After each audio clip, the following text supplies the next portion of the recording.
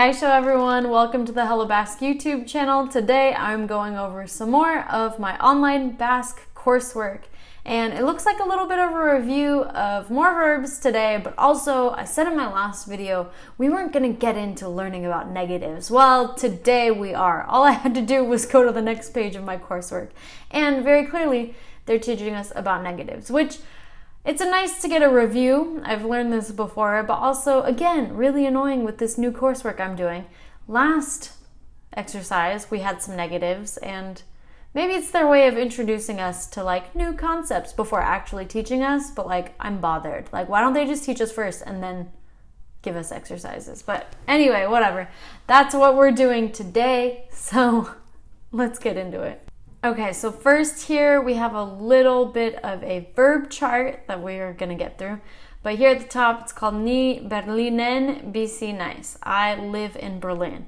If you've been following the channel, remember a lot of my exercises have to do with our man Michael, a guy from Berlin. So I think this is what they're trying to make that connection here. So here we have, Euskal ordena and Erdal ordena. I don't understand this. Right off the bat, I'll be honest with you. I don't really know what that means, but let's see if we can spot the difference here. So bisi nice is the verb to live somewhere. And it's isan to be, bisi live, to live, I don't know. Put it together, it means living somewhere. So ni, I, bisi nice, I live. He, which is the informal you, bisi hais, you live. Hura, he, she, it, bisi da, he, she lives. Gu, bisi gara, we live. Su, bisi sara, you live. Suek is the plural you, so these are more formal ways of saying you. Bisi sarete, you live, and then hayek, bisi dira, they live. Now what's the difference here? What's going on with this erdal ordena? Because it looks exactly the same to me. Guys, what am I missing here? If you can explain the difference to me in these columns, let me know. All I'm noticing is that here you have the he, the informal you, and this verb chart does not have that. So I guess the su and the suek are in different places, different orders. Anyway, whatever. These are the verb conjugations we need to know, I guess, to survive in this exercise.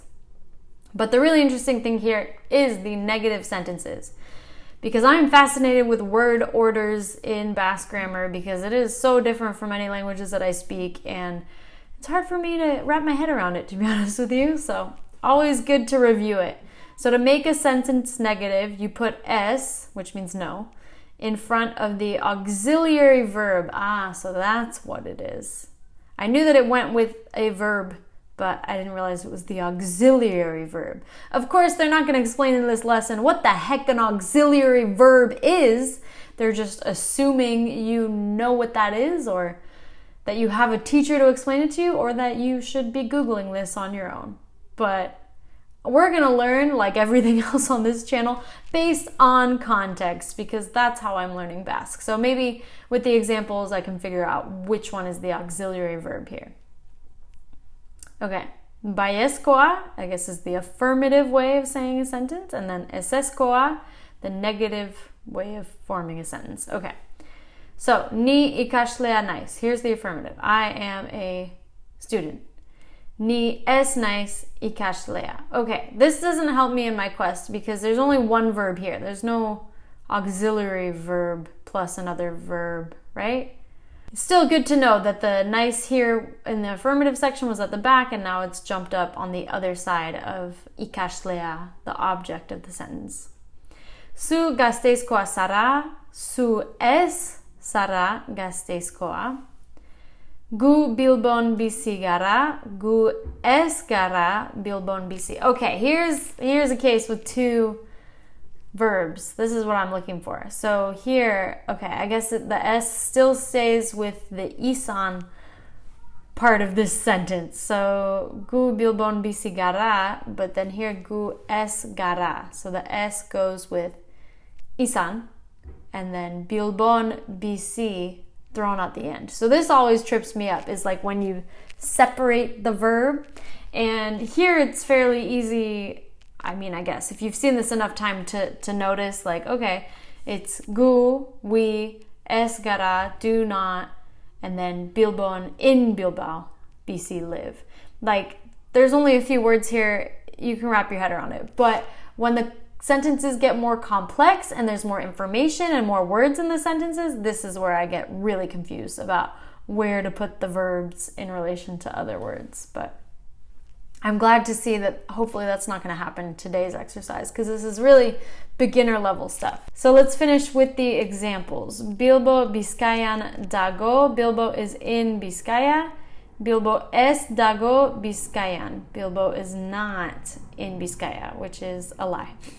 Zuek Mexikon bizi zarete. Ooh, well, because in Basque the X is like a sh sound. So is it Zuek Mexikon? Is that how you say Mexico? Mexico in Basque? I've never come across this before. I'm not so sure how to pronounce that, but Zuek Mexikon bizi zarete. You guys live in Mexico. Or here we have the negative. Zuek es zarete Mexikon bizi. Zuek es zarete bici, or is it like a Spanish, like Mexico, Mexicon? I don't know. But there you go. So I guess the S is sticking with the isan, which is the auxiliary verb here in BC isan. So let's try it out with some sentences. Yari eshaldi hauek eseska. Make these sentences negative. Koldo is a nurse. So let's say Koldo is not a nurse. Koldo es da erizaina. All right, doing well so far. Arantxa pilotua da. Arantxa is a pilot, I'm guessing. Arantxa es da pilotua. Ah, come on, autocorrect. Beautiful. Gu oso hatorak gara. We are very happy, I think. Gu es gara. We are not. Oso hatorak. Okay.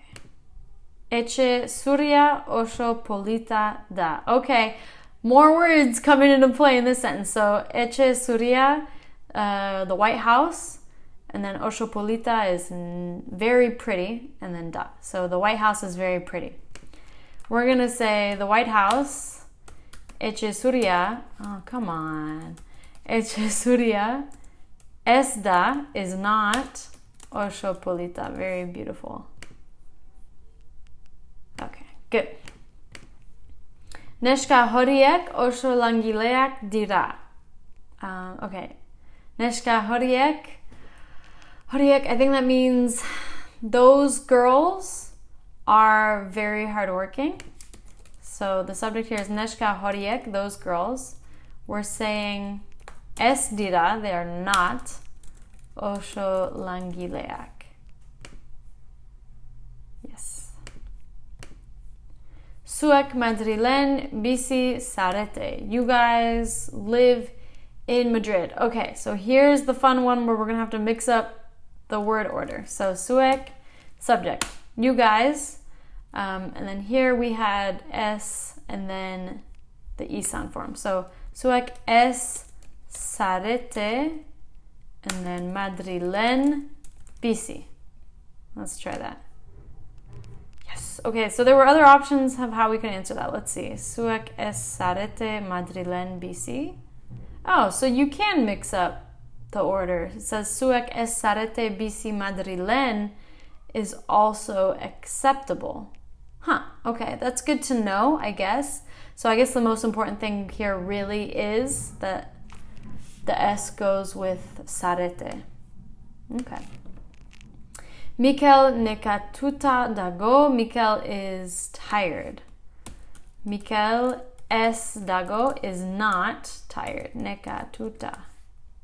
And I credit my YouTube audience here. Thank you guys for teaching me the word nekatuta. When I first started this daily vlog, I came across this word all the time and I never knew what it meant and I always had to look it up and I never remembered, but you guys spelled it out for me in the comments enough time that I finally know this word. So thanks, guys.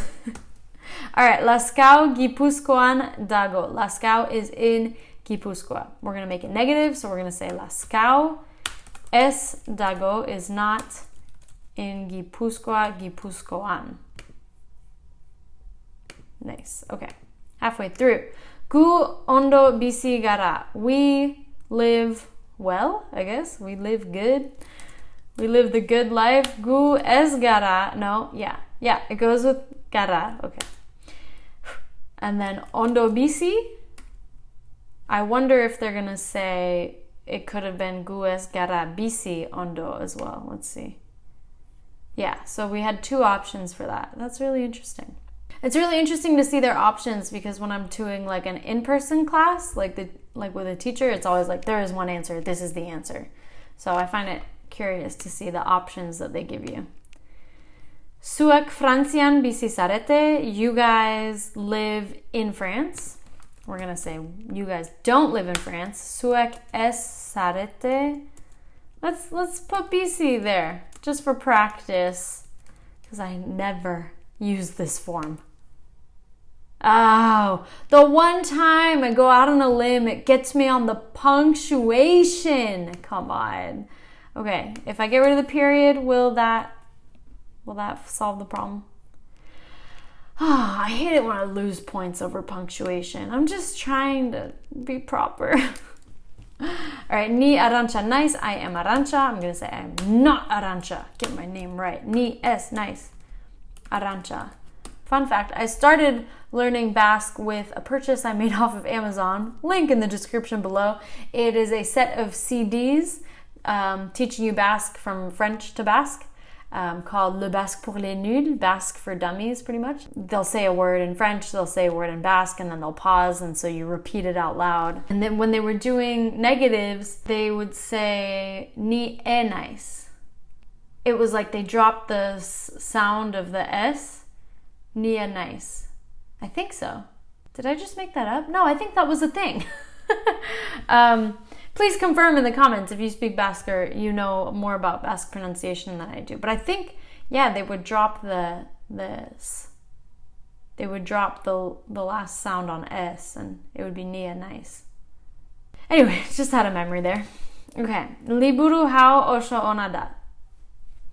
This book is very good. We're going to say this book is not very good. Liburu hau es da oso ona. All right. Mutil hori Danimarkan bizi da. Oh, this is fun. I've never seen Danimarkan before. So that guy, that boy, Mutil hori, lives in Denmark, I'm guessing. So we're going to say Mutil hori, that guy does not, es da, live in Denmark. Let me make sure I get the spelling right here. Danimarkan bizi. Nice. Okay, couple more. Su osho berichua sara. Oh, what does berichua mean? Oh, no. Let me ask Elhuar Histageak, everyone's favorite Basque English online dictionary. Berichua. Okay, I'm going to set it to English. Hopefully it works. Okay, I usually type in the beginning of the word because I never know the root form. So here it's berichu. Gossipy or talkative, loquacious. That's fun. I don't think I've seen this word before. Talkative, berichu. I thought maybe, because beri means new, I thought maybe it had something to do with new, but maybe it's like you focus on the news, like you're gossipy, you're talkative. I don't know. So what are we saying? You are very talkative. Okay. Su es sara, you are not very talkative. Solid. One more. Gu osho paranderoak gara. Okay, I'm gonna have to look up this word too because I'm not 100% sure. We are something. Very something. Paranda, I think I've seen as a word for like party or a night out. But I also know pandero, I think. Panderoa, it's like the what do they call that in English? The tambourine? Like it's a musical instrument, right? Unless I'm thinking of a word that sounds very similar to panderoa and isn't panderoa, because it doesn't make sense to me. Like, why would you say, like, why would it be an adjective? Like, we are very musically inclined to play the tambourine. Like, I don't think that's happening here. Are we saying we are very much like party people? I don't know. Let's try el hiuar histagiak again. Paranderoak. Let me look up parandero and see if anything comes up. No, it's only showing me in Spanish. Okay, it translated it to Spanish to literally say the same word. What am I missing here? Panderoa? Parandero, is that the word? Parandero, yeah, in Basque. Wow, okay, this is not helpful, but something about solo hombres, only men are whatever this thing is. Okay, let's try Google Translate. Do you have an answer for me? A party goer. Okay, so my paranda party connection was right. But yeah, this just sounds like translated to Spanish to me. Like and I think El Hiuar's reaction here is telling you that this is just a Spanish word that they're using in Basque. So thanks, curriculum. Another instance where it would be helpful if I spoke Spanish, but I do not. I think a lot of this curriculum does assume that you speak Spanish already. And that is a very glaringly obvious example of that. Okay, so we're saying we are not very partying people, whatever. Gu Euskara oso paranderoak. We had to end with something complicated, right? Just one last lesson for the road. Okay. It worked though, we got it.